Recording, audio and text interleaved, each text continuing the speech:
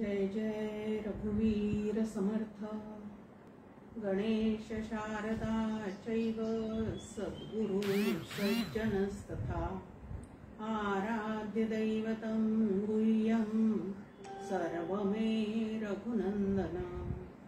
कृपा कटाक्षाची किरणे मोह समुद्राचे आटणे घडे जय त्या श्रीकृष्णे वंदू तया ते श्रीराम। जयांचे करिता स्मरण होय सकल विद्यांचे अधिकरण। ते वंदू या श्री चरण श्री गुरूंचे। जय जय रघुवीर समर्थ।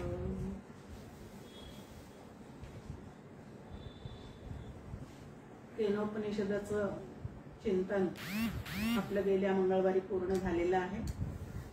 नवीन उपनिषदाला सुरुवात करण्यापूर्वी आज आपण जो विषय चिंतनासाठी निवडलेला आहे तो आहे जीव सुखाचा प्रवासी। परमपूज्य आनंदयोगी डॉक्टर काका यांनी रचलेल्या या ओव्या आहेत। आता ह्या ओव्या घेण्याचं कारण काय आहे? सर्वप्रथम डॉक्टर काकांना मनपूर्वक वंदन करते।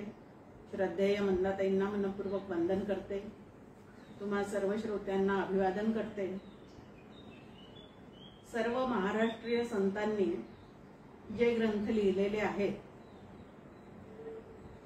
ते ग्रंथ जे आहेत ते सगळे आद्य शंकराचार्यांच्या भाष्याला धरून लिहिलेले आहेत आणि त्या सगळ्या ग्रंथांचा, उपनिषदांचा, भगवद्गीतेचा, या सगळ्या शास्त्रग्रंथांचा अभ्यास करून आणि आचरण करून जे चिंतन या ठिकाणी काकांनी मांडलेलं आहे ते अतिशय सुंदर आणि सोप्या पद्धतीने आपल्या समोर इथं मांडलेलं आहे। तेच तत्वज्ञान पण आपल्याला समजेल अशा भाषेमध्ये, म्हणजे आता सध्या जी प्रचलित अशी मराठी भाषा आहे त्या मराठी भाषेमध्ये आपल्या समोर ते तत्वज्ञान अतिशय छान पद्धतीने डॉक्टर काकांनी इथं मांडलेलं आहे। आणि म्हणून आधी आपण या ओव्या पाहण्याचा प्रयत्न करूयात आणि त्याच्यानंतर परत एखादं उपनिषद घेऊन त्याचं चिंतन करायला सुरुवात करूयात। 32 ओव्या एकूण आहेत आणि साधकांनी त्याचं रोज एक ओवी आपली पाठ व्हावी किंवा चिंतन व्हावं म्हणून ह्या पद्धतीचं कॅलेंडर जे आहे इथं समोर ठेवलेलं आहे आपल्या, की काकांचं एक सुंदर असं छायाचित्र आणि त्याच्या जोडीला एक त्यांनीच लिहिलेली सुंदर अशी ओवी, की जेणेकरून त्या ओवीचं चिंतन करता करता आपल्या मुखावर सुद्धा परमपूज्य डॉक्टर काकांसारखी प्रसन्नता कायम झळकावी। हा या ओव्याचं चिंतन करता करता आपल्याला तेच नेमकं प्राप्त व्हावं हा उद्देश आहे। जीव सुखाचा प्रवासी दुःख जराही नको त्यासी परी दोन्ही ते तो सोसी अनिवार्यपणे। पहिल्याच ओवीत आपल्या समोर मांडणी आहे की प्रत्येक जीव जो आहे, म्हणजे फक्त मनुष्य प्राणी असं नव्हे तर 84 लक्ष जीव योनीतले जेवढे काही जीव आहेत ते सगळे जीव जे आहेत ते सुखाचे प्रवासी आहेत। कोणालाही दुःख नको असतं आणि प्रत्येकाचा प्रयत्न जो आहे तो जन्मल्यापासून तर मृत्यू येईपर्यंत किंवा सकाळी उठल्यापासून तर झोपेपर्यंत जो काही प्रयत्न आपला चाललेला आहे कर्म करण्याचा तो सगळा सुखाप्रित्यर्थच चाललेला आहे। दुःख मिळावं म्हणून कोणीही काहीही कधीही करत नाही। आणि हेच ज्ञानेश्वर माऊलींनी छान आपल्या समोर ठेवलेलं आहे की देखही मनुष्य जात सकळ स्वभावतः भजनशीळ जाहले असती केवळ माझे ठाई। असं श्रीकृष्णाच्या तोंडी ही ओवी ज्ञानेश्वरीमध्ये आलेली आहे की प्रत्येक मनुष्य जो आहे तो माझंच भजन करतो असं या ठिकाणी श्रीकृष्ण म्हणत आहे। आता प्रत्येक माणूस म्हणजे या पृथ्वीवर जेवढी काही माणसं आहेत ती सगळेजण माझं भजन करतात असं म्हटलं तर परदेशातल्या लोकांना श्रीकृष्ण हा माहिती कुठे आहे? मग या ठिकाणी माझं भजन करतात म्हणजे नेमकं श्रीकृष्णाला काय म्हणायचं आहे? तर श्रीकृष्ण जो आहे तो वाच्यार्थाने श्रीकृष्ण असला तरी लक्षार्थाने ब्रह्म आहे, म्हणजे सुखरूप असणारं असं तत्व या श्रीकृष्णाच्या निमित्ताने पूर्णपणे प्रगट झालेलं आहे. आणि त्या सुखरूप तत्वाचंच प्रत्येक मनुष्य हा भजन करत आहे, म्हणजे ते प्राप्त होण्यासाठीच प्रत्येक जण प्रयत्न करत आहे. आणि म्हणून भगवंत म्हणतात की जाहले असती केवळ माझेच ठाई, म्हणजे प्रत्येकालाच असं सुखरूप होऊन राहावंसं वाटतं आणि म्हणूनच प्रत्येक जण सुखाचं भजन करतं. आता प्रत्येक जण सुखाचं भजन करतं हे बरोबर आहे, पण सुखाची मीमांसा मात्र ते करत नाही. सुरुवातीला आपण पाहूयात की जीव म्हणजे काय, त्यानंतर कुठल्या योनीत आलेला जीवात्मा पूर्णपणे सुखरूपतेचा अनुभव घेऊ शकतो. तर जीव म्हणजे आपल्या समोर शास्त्राने व्याख्या ठेवलेली आहे की कूटस्थ चैतन्य म्हणजे आत्मा अधिक बुद्धीत पडलेलं आत्म्याचं प्रतिबिंब, याला जीव असं म्हटलेलं आहे. आता जर पोस्टमार्टम केलं एखाद्या शरीराचं तर ह्या पद्धतीचं जीव नावाचं तत्व त्या ठिकाणी सापडणं शक्यच नाही. पण ही साधकांची सोय म्हणून बसवलेली एक काय आहे तर प्रक्रिया आहे की जीव बरोबर कूटस्थ चैतन्य म्हणजे आत्मा अधिक बुद्धीत पडलेलं आत्म्याचं प्रतिबिंब म्हणजे चिदाभास, असे 3 घटक एकत्र येऊन जीव नावाची संकल्पना जी आहे ती तयार झालेली आहे. आता यामध्ये सुखी होण्याचा प्रयत्न करणारं नेमकं कोण आहे? तर कूटस्थ चैतन्य म्हणजे आत्मा जो आहे तो सुखरूपच आहे. हा आत्मा म्हणजे तरी नेमकं काय आहे? आत्मा आणि ब्रह्म वेगळे आहेत का? तर असंही अजिबात नाही. ब्रह्म म्हणजे जे अत्यंत व्यापक असणारं ओतप्रोत या संपूर्ण सृष्टीच्या आत बाहेर भरूनही उरलेलं असं जे अत्यंत व्यापक मोठं तत्व आहे त्याला ब्रह्म असं म्हणतात. ते ब्रह्म कसं आहे तर सद्घन आहे, चिद्घन आहे, आनंदघन आहे. सद्घन आहे म्हणजे पदार्थ निरपेक्ष अस्तित्व असं त्याचं स्वरूप आहे. दृश्य जगतातले कित्येक पदार्थ आपण पाहतो, त्या पदार्थांना असण्यासाठी कशावर तरी अवलंबून असावं लागतं. आता डायरी माझ्या समोर आहे, या डायरीला त्याच्या पानांवर अवलंबून राहावं लागतं. ही शाल या ठिकाणी घातलेली आहे, या शालीला त्याच्या धाग्यांवर अवलंबून राहावं लागतं. तसं या ब्रह्माला मात्र कशावरही अवलंबून असं राहावं लागत नाही, तर ते स्वतःच अखंड असणारं, स्वतःच्या महिम्यात असणारं असं एक तत्व आहे.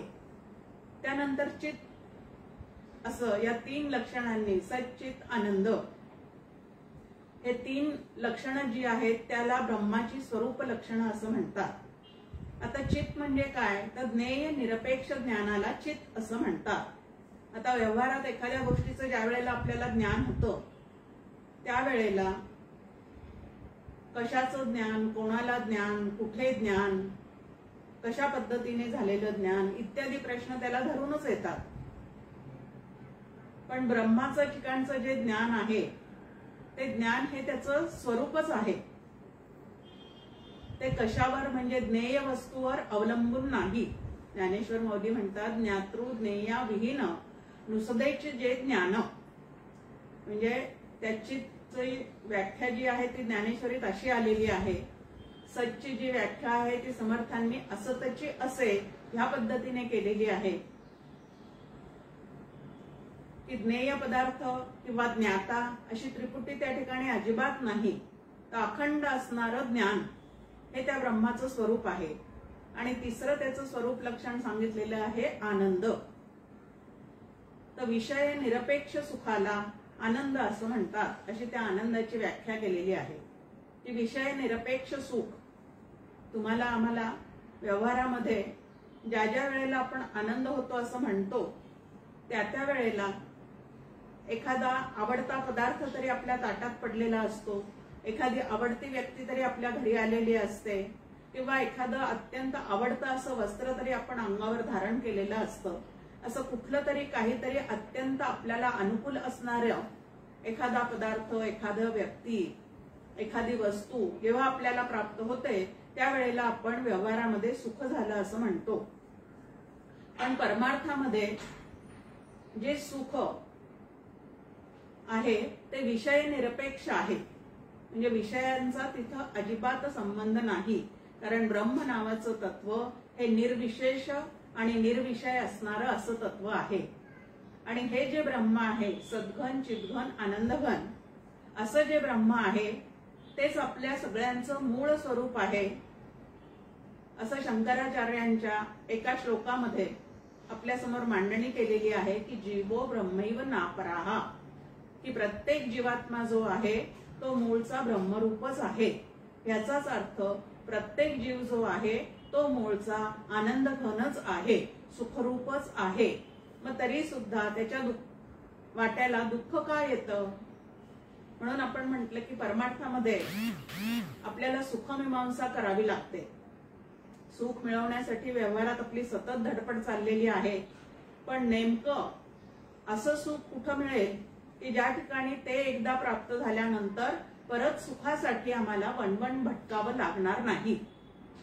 समर्थ रामदास स्वामी मनाच्या श्लोकामध्ये एक प्रश्न आपल्या समोर ठेवतात, जगी सर्व सुखी असा कोण आहे, विचारे मना तूची शोधोनी पाहे. की विचार करणाऱ्या हे मानवा की तू शोधून पहा या जगतामध्ये पूर्ण सुखी, खरा सुखी असा कोण आहे.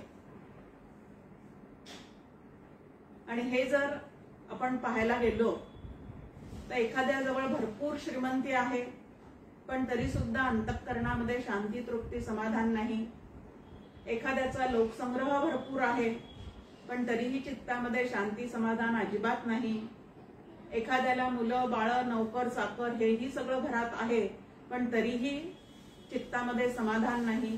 4 व्हीलर आहे, प्लेननी प्रवास करणं सुरू आहे, तरी सुद्धा अनेक डिग्री आहे पण अंतःकरणामध्ये मात्र सुख, शांती, आनंद, समाधान मात्र नांदत नाही.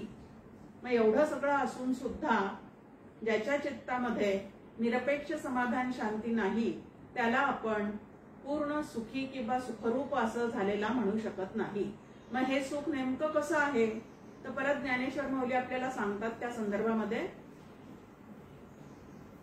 की किंबहुना सोये जीवा आत्मयाची लाहे, ते वेळी जे का होय तया नाव सुख.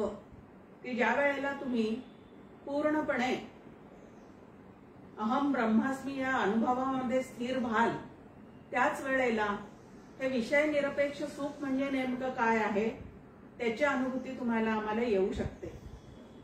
तैत्तरीय उपनिषदामध्ये सगळ्यात सुखी कोण याचं एक उत्तर दिलेलं आहे. म्हणजे आनंदाची त्या ठिकाणी काय केलेली आहे तर मीमांसा केलेली आहे.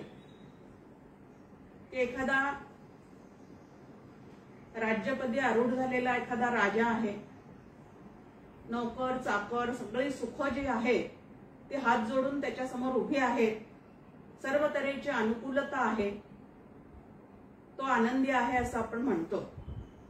पण ह्याही आनंदाला नक्कीच केव्हा तरी तडा जाऊ शकतो. त्याच्यानंतर त्यांनी पितराचा आनंद, मनुष्याचा आनंद, गंधर्वाचा आनंद ह्या पद्धतीने एक 7-8 पद्धतीने तिथे आनंदाची मीमांसा केलेली की ह्याच्यापेक्षा तो आनंद जास्त, त्याच्यापेक्षा तो आनंद जास्त. आणि सगळ्यात शेवटी सांगितलेलं आहे की जो आत्मज्ञानी आहे, जो या संपूर्ण जगतातल्या विषयांविषयी विरक्त झालेला आहे, तो पूर्णपणे आनंद घन ब्रह्मविद ब्रह्मैव भवती या पद्धतीचा झालेला असतो. तो त्याच्या देहासगट पूर्णपणे ब्रह्मरूप झालेला असतो, म्हणजे आनंद घन झालेला असतो. आणि प्रत्येक जीवाचं हे मूळचं स्वरूप आहे असं सांगितलेलं असून सुद्धा तुम्हाला आम्हाला सतत दुःखाचा अनुभव का बरं, हेच या ओव्यांच्या द्वारे तुम्हाला आम्हाला काय करायचं आहे तर समजून घ्यायचं आहे. कारण प्रत्येक मनुष्य जी काही क्रिया करतो, प्रत्येक प्राणी जी काही क्रिया करतो, त्याचा मूळ उद्देश आहे सुखप्राप्ती आणि दुःख निवृत्ती. त्याच्यासाठीच तो प्रत्येक गोष्ट करत चाललेला असतो. एखादा माणूस लगबगीने एखादी पिशवी घेऊन बाहेर जाताना आपल्याला दिसतो. कोणीतरी त्याचा मित्र रस्त्यामध्ये भेटतो आणि विचारतो, काय दादासाहेब कुठं चालले? तर काही नाही हो, किराणा संपलेला आहे म्हणून किराणा आणायला चाललेला आहे. आता किराणा आणण्यासाठी तो जे घराच्या बाहेर पडलेला आहे त्याचा मुख्य उद्देश काय आहे? तर भूक लागल्यानंतर घरामध्ये शिजवण्यासाठी धान्य आवश्यक आहे. म्हणजे मूळ उद्देश आहे की भूक लागल्यानंतर जे दुःख होतं पोटात अन्न जाईपर्यंत त्याची निवृत्ती व्हावी म्हणून तो धान्य आणण्यासाठी चाललेला आहे. एखाद्या संध्याकाळच्या वेळेला आपण कित्येक असे लोक पाहतो की जे कुठं चाललेले असतात, तर दारू घेण्यासाठी त्या दारूच्या दुकानात चाललेले असतात. आता त्यांचं सुद्धा तिकडे जाण्याचा उद्देश काय असतो? तर दुःखाचे जे काही अनुभव आतापर्यंत आलेले आहेत ते अनुभव ह्या नशेमध्ये काही काळ तरी आपण विसरलं पाहिजे ह्याच्यासाठी ते तिकडे जातात. काही जण सुखासाठी म्हणून, असलेल्या दुःखाच्या निवृत्तीसाठी म्हणून पत्ते खेळले तर आपल्याला तो आनंद मिळेल असं वाटतं आणि म्हणून क्लब मध्ये जातात. कित्येक जण दुःख विसरण्यासाठी, आनंद भोगण्यासाठी, सुख भोगण्यासाठी स्विमिंग पूल मध्ये जाऊन पोहत बसतात. ह्या पद्धतीने क्रिया जरी प्रत्येकाची वेगळी वेगळी दिसत असली तरी सुद्धा मुख्य उद्देश जो त्यांचा आहे तो आहे दुःख निवृत्ती आणि सुखप्राप्ती. मग सुखप्राप्तीची एवढी ओढ जीवाला का बरं लागलेली आहे? कारण सुखरूपता हे आपलं मूळचं स्वरूप आहे आणि ती स्वरूपाची जी ओढ आहे ती तुम्हाला आम्हाला सगळ्यांना लागलेली असते. परमपूज्य डॉक्टर काका नेहमी एक उदाहरण देतात की ते म्हणतात, मी माझ्या दवाखान्यामध्ये हजारो मुलांना काय केलेलं आहे ते जन्माला घातलेलं आहे. म्हणजे बाळांपण त्या ठिकाणी अनेकांचे केलेले आहेत आणि त्यावेळेला तिथे निरीक्षण करताना असं लक्षात आलेलं आहे की 3 प्रकारचं जे दुःख अनुभवाला येतं ह्या छोट्या बाळांना सुद्धा, ते दुःख निवृत्त व्हावं म्हणून ते काय करतात तर रडतात. एक आहे त्यांना भूक लागली की रडतात, म्हणजे भुकेचं दुःख निवृत्त व्हावं म्हणून ते रडतात आणि मग त्यांची माता त्यांना जवळ घेते. दुसरं आहे की त्यांचं दुपटं ओलं झालं, लंगोट ओलं झालं की ते रडतात, म्हणजे ते ओलेपणाचं दुःख जे आहे ते त्यांना त्या ठिकाणी नको असतं म्हणूनही ते रडतात. आणि तिसरं आहे की त्यांच्या ठिकाणी सारखी जाणण्याची प्रेरणा असते आणि म्हणून थोडाही कुठं चाहूल लागली, आवाज आला की टवकारून, कान टवकारून आणि डोळे भिरभिरत ते इकडं तिकडं पाहत असतात. आता ह्या 3 प्रेरणा त्यांच्या ठिकाणी कुठून आलेल्या आहेत? मुळात काय आहे तर त्यांना सुद्धा सुखच हवं आहे आणि दुःख नको आहे आणि म्हणून ते काय करतात तर रडून ते आपल्याला सांगतात जणू काही की या दुःखातून मला बाहेर काढा म्हणून. मग दुःख नको आणि सुख हवं ही प्रत्येक जीवाची आतली ओढ आहे. ही ओढ आली कुठून? तर आपण पाहतो की मुळाकडे जाण्याची सगळ्यांनाच काय असते तर ओढ असते. कुठलीही नवीन लग्न झालेली मुलगी आपल्या समोर आली की आपण पहिल्यांदा तिची सगळी चौकशी केल्यावर तिला एक प्रश्न विचारतो की माहेर कुठलं, म्हणजे तुमचं मूळ कुठलं? अनेकांना आपलं जे मूळचं गाव आहे, जे आडनाव आपल्याला मिळालेलं असतं त्या आडनावावरून ठरतं की यांचं मूळचं कुठलं तरी एखादं गाव असलं पाहिजे आणि मग प्रत्येकाला ती ओढ असते की एकदा तरी जाऊन आपलं ते मूळचं गाव पाहून यावं.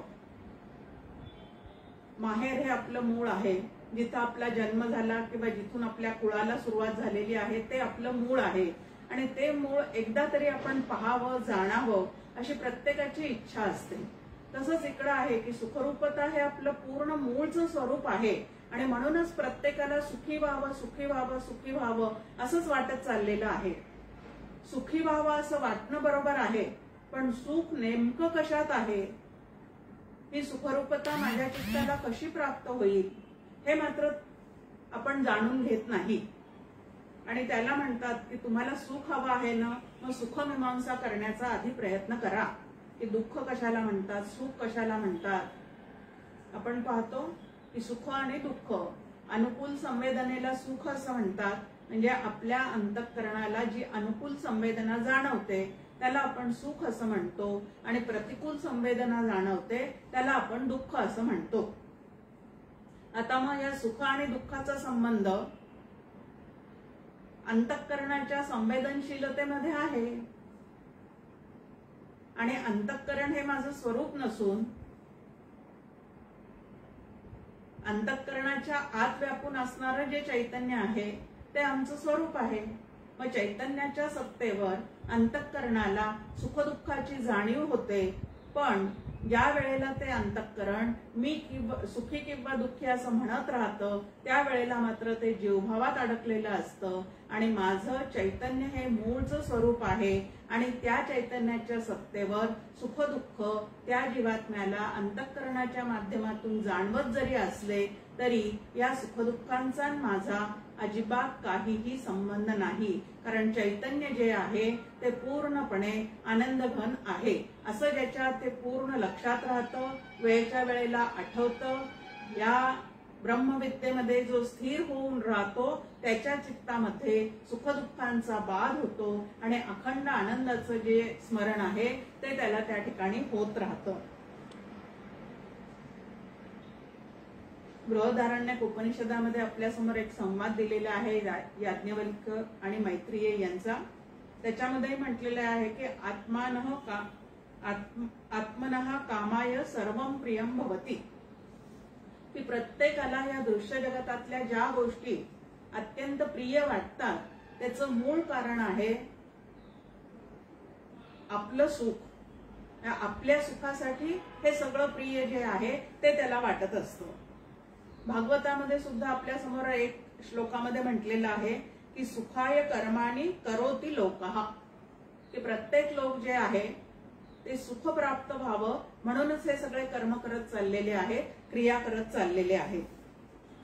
शंकराचार्य सुद्धा एका स्तोत्रामध्ये सांगतात की सगळ्या गोष्टी ज्या काही आपण मिळवतो कमवतो त्याचा एकमेव उद्देश आहे की मला अखंड सुख जे आहे ते लाभावं. याच्या व्यतिरिक्त तिसरा म्हणून कुठला विचार आपल्या चित्तामध्ये नसतो. मग अखंड सुख हवं, अखंड सुख हवं असं आपल्याला जर वाटत चाललेलं आहे तर खरं सुख नेमकं कशात आहे? विषयांमध्ये आहे का भगवंताच्या प्राप्तीमध्ये आहे का जीवब्रह्म ऐक्यामध्ये आहे? याची आपण काय केली पाहिजे तर व्यवस्थित विचारणा संतांच्या संगतीमध्ये बसून नक्की करायला शिकलं पाहिजे. एक उदाहरण आपल्या समोर ठेवते की आम्हाला जेव्हा आमची गाडी बदलायची होती 4 व्हीलर, त्यावेळेला नवीन गाडी घेताना एक 4-5 शोरूम मध्ये आम्ही जाऊन पाहिलं की कुठली गाडी चांगली आहे, काय नवीन त्याच्यामध्ये बदल झालेले आहेत, तिचा ॲव्हरेज काय आहे.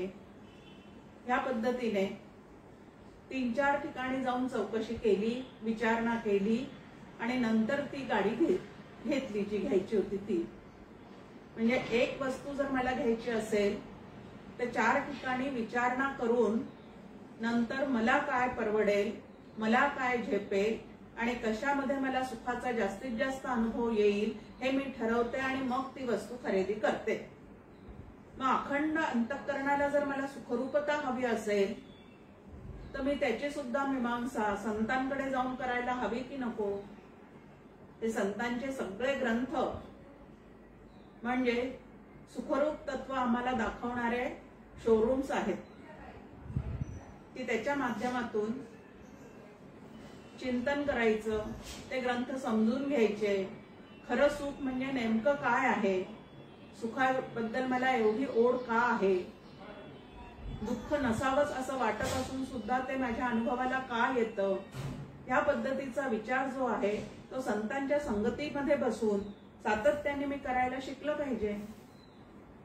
म्हणजे दुःख निवृत्ती माझ्या ठिकाणी माझंच मला समजून येईल की मी कशातून बाजूला झालं पाहिजे. 4 प्रकारचे विषय सातत्याने आपल्या समोर असतात. वित्तेषणा, दारेषणा, लोकेषणा आणि पुत्रेषणा. हे तुमच्या आमच्या चित्तात घुसलेले असे पूर्ण विषय आहेत. पण या 4 ईशना ज्या आहेत त्या तुम्हाला आम्हाला कालत्रयी पूर्ण सुखरूप होऊ देत नाहीत. कसं काय होऊ देत नाही? तर वित्तेषणा म्हणजे द्रव्य. आता लौकिक व्यवहार करण्यासाठी, आमची शरीर यात्रा चालवण्यासाठी, कुटुंब चालवण्यासाठी द्रव्याची तुम्हाला आम्हाला नक्कीच गरज आहे. पण त्या द्रव्यातून मिळणारं जे सुख आहे त्याला मूल्य आणि मर्यादा नक्कीच ठेवलेल्या आहेत. त्याला वित्तेषणा असं म्हटलेलं आहे की त्याची नक्कीच गरज आहे. प्रपंची पाहिजे सुवर्ण असं समर्थ सुद्धा आपल्याला दासबोधामध्ये सांगतात. पण हे द्रव्य मिळवताना सुद्धा भरपूर कष्ट आहे. त्या द्रव्याचा विनियोग करत असताना सुद्धा किंवा सांभाळताना सुद्धा भरपूर कष्ट आहेत. आणि त्याचा खर्च करत असताना सुद्धा तुम्हाला आम्हाला चित्ताला कष्टच कष्ट आहे. म्हणजे पूर्ण सुखरूपता जी आहे ती त्या ठिकाणी लाभते का आपल्याला? लाभत नाही. तर लक्ष्मी दुपारची सावली असं समर्थ त्या लक्ष्मीचं वर्णन करतात. ती इतकी चंचल आहे तर दुपारच्या सावलीसारखी आहे. आता लक्ष्मी चंचल आहे का लक्ष्मी ज्याला अतिशय प्रारब्धाने प्राप्त होते त्याचं मन विषय भोगासाठी चंचल होतं. भरपूर पैसा असला की भरपूर सुखोपभोग घ्यावेत. आता अशी विषयांची सुखसाधनांची भरपूर घरात वृद्धी करून आजपर्यंत कोणी पूर्ण सुखरूप झालेला आपल्याला दिसत नाही. भागवतामध्ये पहा, अनेक राजांच्या कथा त्यामध्ये आपल्या समोर ठेवलेल्या असतात. आणि हे प्रत्येक राजे जे आहे त्यांनी भरपूर सुखाचा काय केलेला आहे? व्यावहारिक सुखाचा भरपूर उपभोग घेतलेला असतो. पैसा आहे, स्त्री आहे, नोकर चाकर आहेत, राज्य आहे, राजवाडा आहे, उत्तम उत्तम तऱ्हेच्या वस्तू ज्या आहेत त्या त्यांच्या खजिन्यामध्ये आहेत. हे सगळं आहे. पण तरीही पुत्राला राज्याभिषेक केल्यानंतर ते आत्मचिंतनासाठी वानप्रस्थाश्रमात जातात असं आपल्याला त्या कथेमध्ये दाखवलेलं असतं. मग एवढे सुख भोगल्यानंतर सुद्धा परत वानप्रस्थाश्रमामध्ये जाऊन आत्मचिंतन कशासाठी करायचं असतो?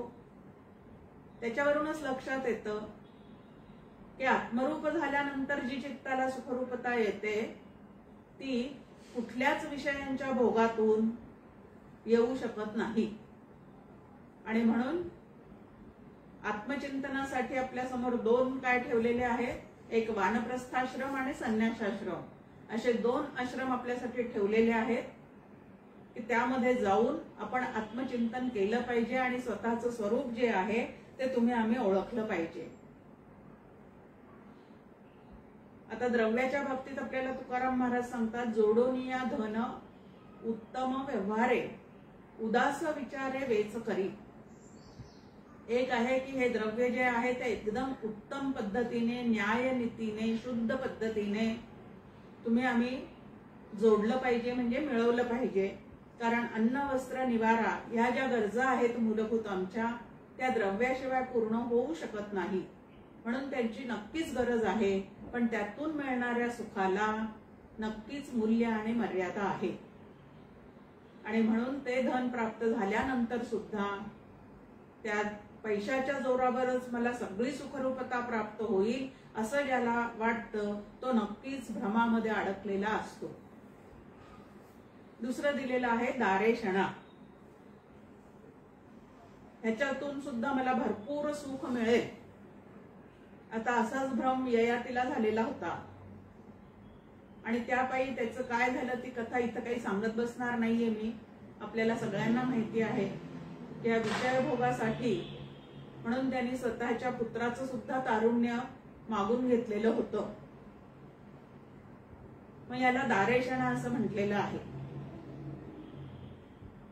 कितीही जरी हे भोग घेतले तरी पूर्ण शांती, समाधान, तृप्ती ह्यातून प्राप्त होऊ शकत नाही.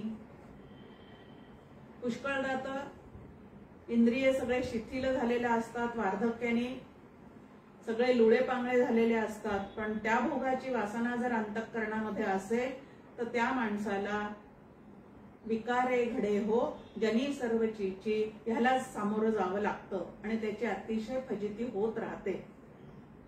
म्हणून ह्याही भोगाला मूल्य आणि मर्यादा आहे. त्यानंतर दिलेला आहे लोकेशणा, कीर्ती. आता कीर्ती नावाची जी एक सुंदर गोष्ट आहे ती भगवान श्रीकृष्णासोबतच निघून गेलेली आहे असं गमतीने आपल्याला सांगितलं जातं की तिने भगवान श्रीकृष्णाच्या गळ्यात माळ घातली आणि ती नंतर गेलेली आहे. कारण ही कीर्ती सुद्धा कायमस्वरूपी कधीही कोणाला प्राप्त होऊ शकत नाही. आज आहे तर उद्या नाही. या पद्धतीने ही कीर्ती सुद्धा काय आहे तर चंचल आहे. नंतर पुत्रेशणा म्हणजे पुत्र. तर या पुत्राची इच्छा प्रत्येकाच्या अंतःकरणात कशासाठी असते तर आपला वंश जो आहे तो पुढे व्यवस्थित चालू राहावा म्हणून ही पुत्रेशणा जी आहे ती सगळ्यांच्या मनामध्ये असते. पण आपलेच मुलं आपलं कुळ पुढे व्यवस्थितरित्या चालवतील का याची शाश्वती मात्र अजिबात राहिलेली नाही. आता समर्थांजवळ ही पुत्रेशणा अजिबात नव्हती, पण तरीही त्यांनी सुरू करून दिलेल्या ज्या उपासना आहेत ते त्यांचे शिष्य जे आहेत ते मात्र अजूनही 5 ठिकाणी म्हणजे जाम, सज्जनगड, चाफळ, टाकळी आणि शिवथरघर येथे त्यांची जी उपासना त्यांनी चालू करून दिलेली आहे ती आज तागायत शिष्य परिवार जो आहे तो अत्यंत प्रेमाने सांभाळतो आहे. पण आपल्याच पोटचे पोरं जे आहेत ते आपण सुरू करून दिलेले कुळाचार सांभाळतील की नाही ह्याची शाश्वती मात्र अजिबात आपल्या ठिकाणी राहिलेली नाही. मग ह्या ज्या इच्छा आहेत म्हणजे इच्छा आहेत, चकार लावून अंतःकरणात राहिलेल्या ह्या ज्या इच्छा आहेत, ह्या इच्छा तुम्हाला आम्हाला त्या विषयांच्या मागे सारखं धावायला भाग पाडतात. पण ते कितीही जरी प्राप्त झालं तरी पूर्ण सुखरूपता जी आहे ती मात्र ह्याच्याद्वारे अंतःकरणात कधीही नांदू शकत नाही. या 4 विषयांनी सगळ्या माणसांना वेड लावलेला आहे. पण तरीही प्राप्तीपूर्वी, प्राप्तीनंतर आणि ह्या गोष्टी नष्ट झाल्यानंतर सुद्धा ह्या द्रव्यांपासून, ह्या 4हीलाही द्रव्य म्हटलेलं आहे,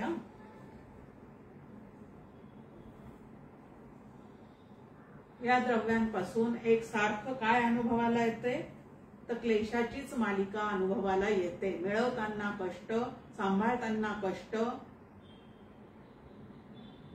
उपयोगात आणताना त्यांच्या ठिकाणी जर प्रतिकूलता निर्माण झाली तर त्याच्यातही कष्ट आणि नष्ट झाल्यानंतर सुद्धा कष्टच कष्ट. आता सुखासाठी एवढं या विषयांच्या मागे धावून सुद्धा ज्या वेळेला त्याच्याने अंतःकरणाला तृप्ती येत नाही किंवा जे मला मिळवण्यासाठी मी इतकी धडपड केली ते मला न मिळता माझ्या मित्राला मिळालेलं आहे, माझ्या भावाला मिळालेलं आहे, माझ्या शत्रूला मिळालेलं आहे असं ज्या वेळेला दिसतं त्याही वेळेला त्याच्यातून तुम्हाला आम्हाला दुःखाचीच प्राप्ती होते. जे विषय जे आहेत ते आम्हाला सुख देण्यापेक्षा दुःख जास्ती देतात. कारण विषयाच्या चिंतनामध्ये अंतःकरण जे आहे ते जितकं जास्त अडकेल तितकं ते दृश्य जगतामध्ये रमून आणि रंगून जातं आणि दृश्य जगतातून ते विषय प्राप्त करताना जर त्याला अडथळे निर्माण झाले तर ज्यांच्यामुळे ते अडथळे निर्माण झाले त्या सगळ्या व्यक्तींचा त्याच्या चित्तामध्ये रागच राग तयार होत जातो आणि मग त्याच्यातून पुढचं जे आहे तिरस्कार, द्वेष, मत्सर हेही सगळे एका क्रोधासोबत त्याला धरूनच येणारे विकार जे आहेत ते सगळे विकार सुद्धा आमचं अंतःकरण व्यापून टाकतात। आणि हे जे विकार अंतःकरणाने एकदा व्यापले की अंतःकरण हे कायमचं अस्थिर राहतं आणि अस्थिर अंतःकरणामध्ये जीवाला कधीही पूर्ण सुखाचा अनुभव येऊ शकत नाही। आता पूर्ण सुख हे बाहेर नसून आमच्या अंतःकरणातच आहे। उलट जेवढी जेवढी सुख आम्ही उपभोगतो त्या सगळ्या सुखाच्या मागे ते सुखरूप तत्व असतंच असतं। जसं एखादी वस्तू आम्हाला दिसते डोळ्याला, त्या वस्तूच्या मागे त्याचं अस्तित्व असतं आणि त्या अस्तित्वाच्या मागे सत नावाचं तत्व असतं। एखादी गोष्ट ज्या वेळेला अंतःकरणाला कळते त्यावेळेला त्या कळण्यामागे ज्ञानघन असणारं तत्व असतं। तसं एखाद्या गोष्टीपासून ज्या वेळेला आम्हाला सुखाचा अनुभव येतो त्यावेळेला त्या विषयांच्या माध्यमातून क्षणभर जरी आम्हाला अंतःकरणाला सुखाचा अनुभव येताना दिसत असला तरी तो विषयांपासून आलेला नसून शास्त्र छान मीमांसा त्याची आमच्या समोर ठेवतं की ज्या वेळेला एखादा अनुकूल पदार्थ, अनुकूल व्यक्ती, अनुकूल विषय माझ्या समोर येतो त्यावेळेला अत्यंत प्रिय वाटणारी गोष्ट आधी समोर दिसली की अंतःकरणाला आनंद होतो। प्रिय, मोद आणि प्रमोद ह्या पद्धतीने आपल्या समोर ते ठेवलेले आहे। त्यानंतर ती वस्तू भोगायला मिळाली की आनंद होतो आणि भोगताना भोग पूर्ण झाल्यानंतर एक क्षणभर अंतःकरण जे जे आहे आमचं ते स्वस्वरूपाच्या ठिकाणी स्थिर होऊन जातं आणि स्थिर झाल्यामुळे त्या स्वस्वरूपाचाच सुखरूपतेचा अनुभव तुम्हाला आम्हाला क्षणभर त्या अंतःकरणामध्ये येऊन जातो। पण आम्हाला मात्र वाटतं की हा आनंद जो आहे तो त्या विषयांपासून मिळालेला आहे। जर विषयांमध्ये आम्हाला आनंद देण्याची क्षमता असते तर ते विषय जेवढ्या वेळेला जेवढ्या ठिकाणी आम्हाला भोगता येतील तेवढा आमच्या चित्ताचा आनंद वाढता राहिला पाहिजे। पण लोकरीचे कपडे आम्हाला उन्हाळ्यात सुख देत नाहीत, फक्त हिवाळ्यापुरते ते मर्यादित आहे। या पद्धतीने सगळे विषय जे आहेत त्यांना स्थल कालाची मर्यादाच आहे आणि ते अनित्य आहेत। जितकं आम्ही विषय सुखांवर अवलंबून असतो तितके आम्ही परावलंबी जास्ती असतो आणि परावलंबित्व जिथं असतं तिथं सारखा दुःखाचा अनुभव आहे। आणि विषय निरपेक्ष राहण्यामध्ये मात्र परावलंबित्व कमी असल्यामुळे असा जो कोणी राहतो त्याच्या चित्ताला अखंड आनंदाचाच अनुभव सुरू असतो।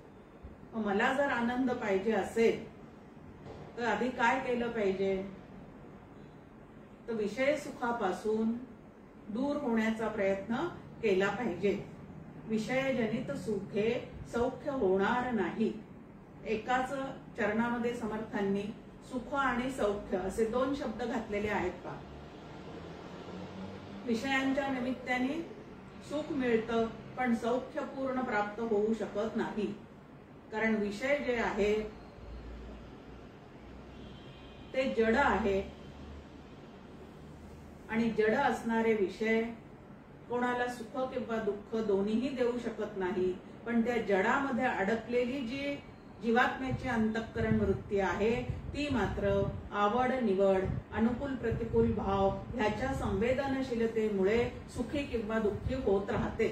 वास्तविक पाहता आनंदघन असणाऱ्या जीवानी असं सुखी दुःखी होत राहणं हे त्याला खरोखरी शोभत नाही। पण तरी सुद्धा मी सुखी आहे, मी दुःखी आहे असं आम्ही सतत बरळत राहतो। पुढच्या ओळीमध्ये आपल्या समोर म्हटलेले आहे, जीव सुखरूप स्वभावे तरी कल्पित माया प्रभावे दुःख म्हणून आक्रंदावे नाना प्रकारे। की जीव ब्रह्मैव ना पराहा, जीव हा ब्रह्मरूप आहे, ब्रह्म हे आनंदघन आहे, त्यामुळे प्रत्येक जीवात्मा हा मूळचा आनंदघनच आहे। हे इतकं गणित मांडल्यासारखं आपल्या समोर शास्त्राने ठेवलेलं आहे। पण असा आनंदघन असणारा जीव जो आहे तो कल्पित मायेच्या प्रभावामुळे, आता मुळातच आहे इथं माया एक शब्द आलेला आहे माया शब्दाचा अर्थ आपल्या समोर दिलेला आहे की जे मुळातच नाही ते. आता जे मुळातच नाही ते असं जे काही आहे त्याला कल्पनेने आम्ही सत्यत्व देतो आणि कल्पनेने दिलेल्या त्या सत्यत्वाच्या प्रभावाखाली त्याच्यातच सुख आहे असं आम्ही समजून बसतो. त्यावेळेला चुकीच्या जागी सुख शोधण्याच्या प्रयत्नामुळे आम्हाला सतत दुःख होतं. आणि मग समर्थ आपल्याला एक छान मनाच्या श्लोकामध्ये सांगतात, सुख सुख म्हणत आहे दुःख ठाकून आले. सुख मिळेल म्हणून विषयांना कवटाळून राहावं तर ते अनित्य असल्यामुळे हातातून सारखं निसटत जातात. यंत्रयुग आहे पा सध्या.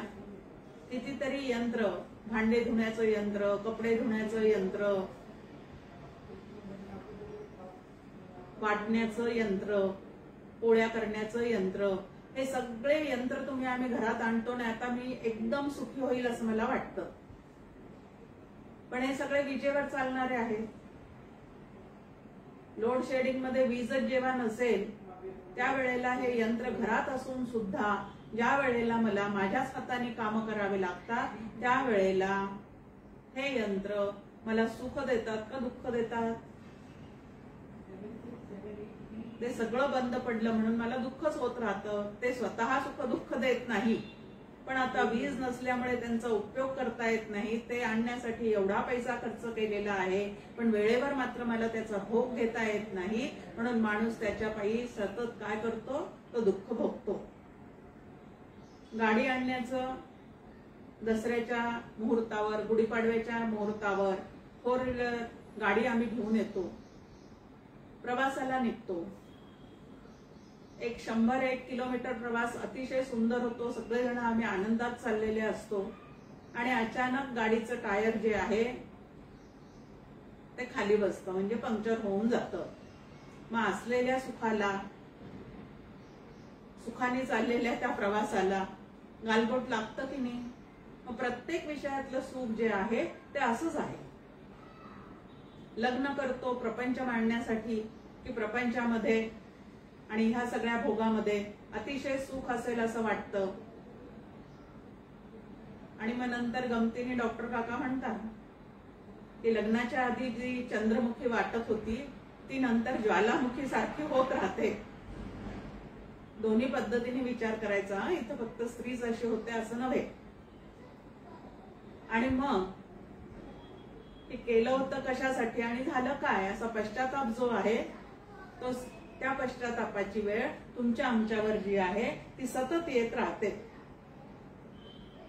आता ही जी माया आम्ही म्हणतो ती माया कशी आहे तर कल्पित आहे, म्हणजे निव्वळ कल्पना आहे असं आपल्या समोर म्हटलेलं आहे. मग कल्पनेनेच तुम्ही आम्ही काय होत राहतो तर कल्पनेचंच दुःख भोगत राहतो. मुळात ती माया नसताना सुद्धा आमच्याकडून आम्ही तिच्या ठिकाणी सत्यत्व बुद्धी ठेवतो आणि ती सत्यत्व बुद्धी ठेवल्यामुळे त्या चुकीच्या कल्पनेमुळेच तुम्ही आम्ही सारखं दुःख भोगत राहतो. या मायेचीच एक शक्ती, त्याला अविद्या असं म्हटलेलं आहे.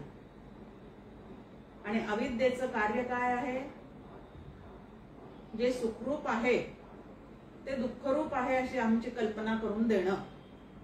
जे दुःखरूप आहे ते सुखरूप आहे असं उलट सुलट कल्पना ज्या आहेत त्या आमच्या चित्तामध्ये निर्माण करून देऊन आम्हाला भ्रमिष्ट करून टाकणं, हे त्या अविद्येचं काय आहे तर कार्य आहे. जे सत आहे ते नाहीच अशी कल्पना आमच्या ठिकाणी निर्माण करून देते ती अविद्या. आणि जे मुळातच नाही ते मात्र आहे, म्हणजे सत्याला असत्य आणि असत्याला सत्य ह्या पद्धतीने उलट सुलट विचार आमच्या मनामध्ये निर्माण करून देणं हे या अविद्येचं कार्य आहे. आणि तिच्या प्रभावाखाली मायेने दडपले.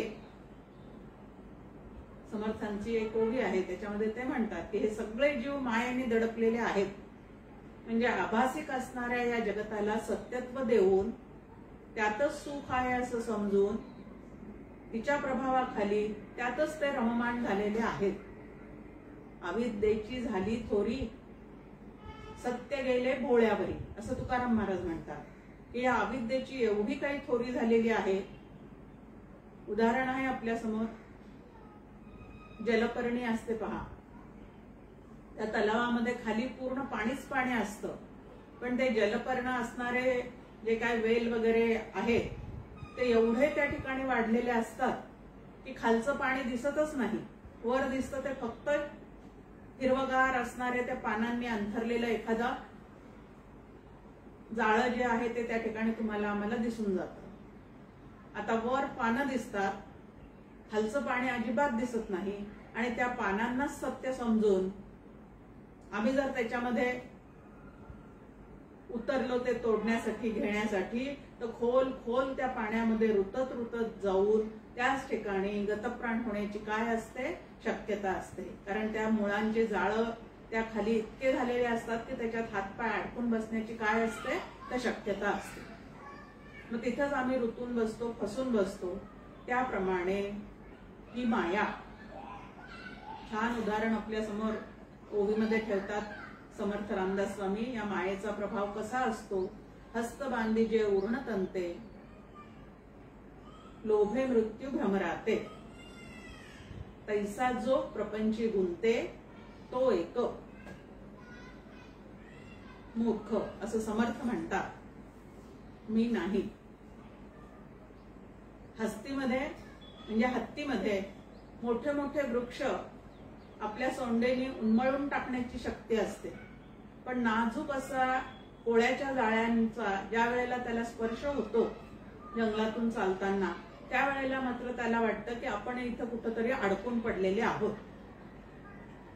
त्या कोळ्याच्या जाळ्यात अडकल्याचा त्याला भ्रम होतो आणि आपल्यातली शक्ती तो त्या ठिकाणी विसरून जातो. तसंच भ्रमर म्हणजे भुंगा.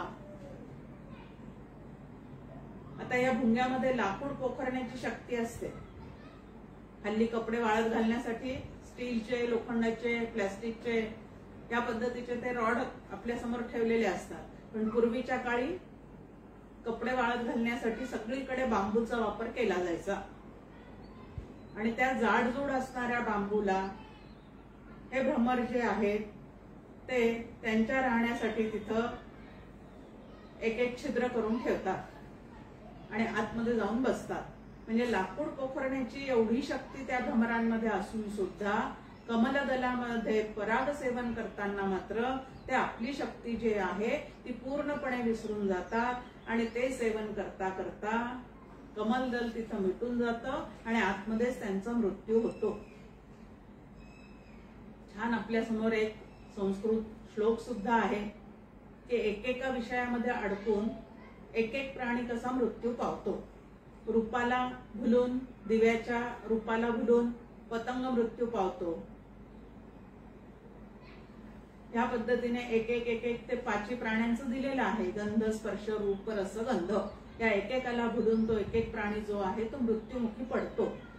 पण माणूस प्राणी मात्र ह्या 5च्या 5 विषयांमध्ये पूर्णपणे अडकून पडलेला आहे आणि विषयांमध्येच खरं सुख मिळेल असा भ्रम जो आहे तो त्याला झालेला आहे.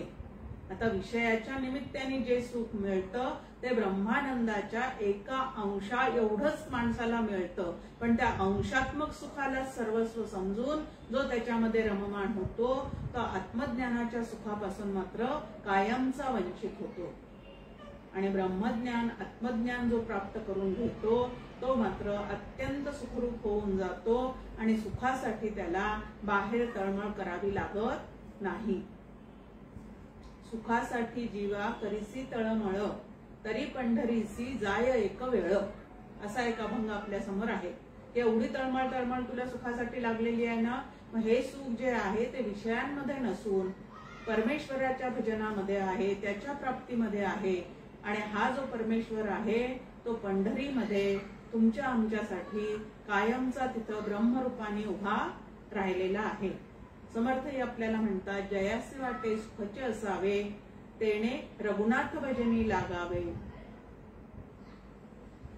की ज्याला पूर्ण सुखरूप व्हावं, अखंड सुख मला प्राप्त व्हावं, की त्या आनंदातून मला कधीही परत दुःखाचा अनुभव येऊ नये असं ज्याला वाटतं, त्यांनी रामाचं भजन करावं. आता राम सुद्धा वाच्यार्थाने दाशरथी राम आहे आणि लक्षार्थाने ब्रह्मरूप राम आहे. ज्ञानेश्वर माऊली आपल्याला सांगतात, तैसा हृदयामध्ये मी रामू, असता सर्व सुखाचा आरामू, का भ्रांतासी कामू विषयावरी. की आत्मारामाच्या रूपाने, चैतन्याच्या रूपाने सुखरूप असणारं जे तत्व आहे ते तुमच्या आमच्या आतमध्ये पूर्णपणे भरून आहे.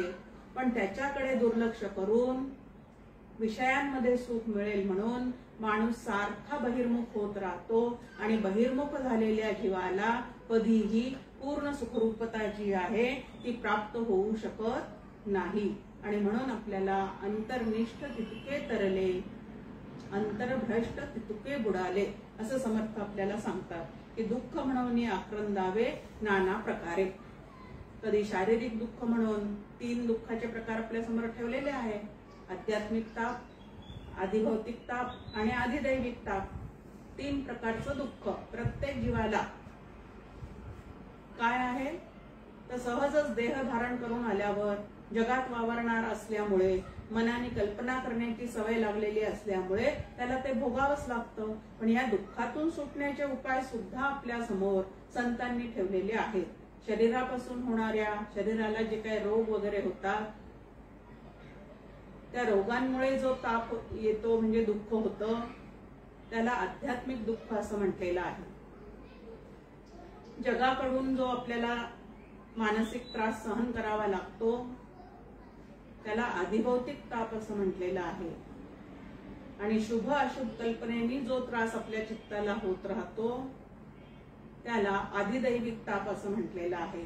आणि प्रत्येक उपनिषदाच्या मंत्रानंतर ओम शांती शांती शांती असं 3 वेळेला शांती म्हणण्याचं प्रघात आहे की या 3 तापांची शांती होऊ दे.